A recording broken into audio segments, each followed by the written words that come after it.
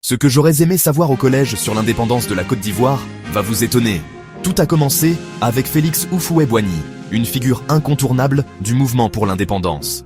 Bien que le processus ait été relativement pacifique comparé à d'autres colonies françaises. Voici les principaux acteurs et dates clés. Félix Houphouët-Boigny, principal leader ivoirien de l'indépendance.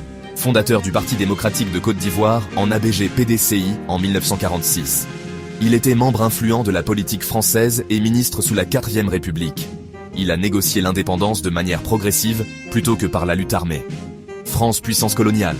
Sous la 4e République, puis sous De Gaulle, la France a accepté l'émancipation de ses colonies africaines dans le cadre de la communauté française avant l'indépendance totale. Le syndicat agricole africain, en abrégé SAA, créé par Houphouët-Boigny en 1944, a lutté contre le travail forcé, une étape importante vers l'autonomie. Il avait pour but de défendre les planteurs africains contre les colons.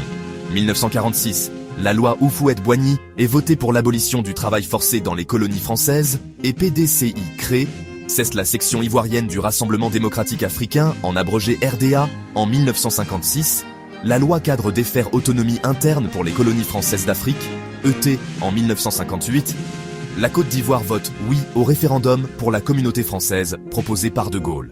Houphouët-Boigny devient Premier ministre du gouvernement autonome ET le 7 août 1960, c'est la proclamation officielle de l'indépendance de la Côte d'Ivoire. En 1961, Houphouët-Boigny est devenu le premier président et a conduit le pays vers la prospérité économique. Il est resté au pouvoir pendant plus de 3 décennies. Le pays est resté proche de la France, conservant des liens économiques et politiques forts. Le jour de l'indépendance est un jour férié national, célébré avec des défilés et des festivités. Alors, la prochaine fois que vous entendrez parler de la Côte d'Ivoire, souvenez-vous de son chemin vers la liberté et de l'héritage de ses dirigeants.